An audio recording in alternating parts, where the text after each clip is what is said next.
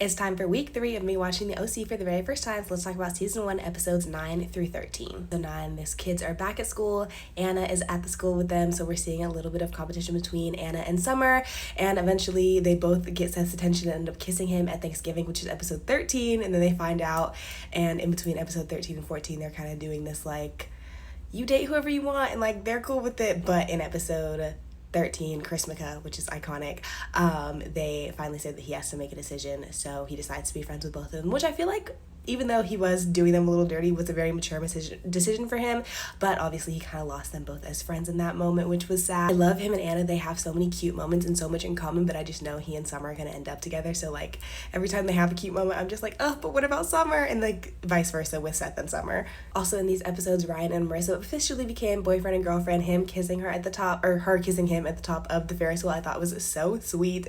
And then she went home to Chino with him for Thanksgiving. While I was kind of mad at her for putting herself in harm's way, obviously she was able to save Ryan in that situation, which I really loved, but I did not love her actions in the Chrismica episode. And I really appreciated Sandy telling Ryan, like, hey, like, it's your turn to be the kid, like, you have dealt with all this family stuff, you gotta let Marissa get herself together on her own and with her family. But we met Oliver at the end of his Chrismica, and if I remember correctly, he is bad news, so we'll have to see what's going on with that. And for side characters / parents, Luke, I was not expecting that situation with his dad, but I was glad to see him kind of like bond with our core 4. He's like making amends a little bit. Hopefully he will continue to be nicer as the season continues instead of the mean guy that we met in the first few episodes. And then Rachel and Sandy, I did not like Rachel's, like, he's married, he clearly isn't into you, just leave it alone.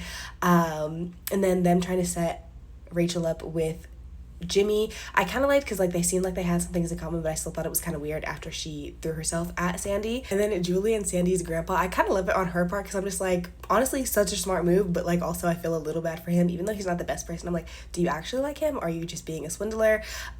Which I feel like is where it's going, but we'll have to see. I love a holiday episode, so ending off this little watch with Chrismica and Thanksgiving was just the cherry on top.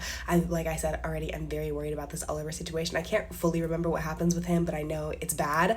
But let me know about you, and don't forget to the plus for more TV talk.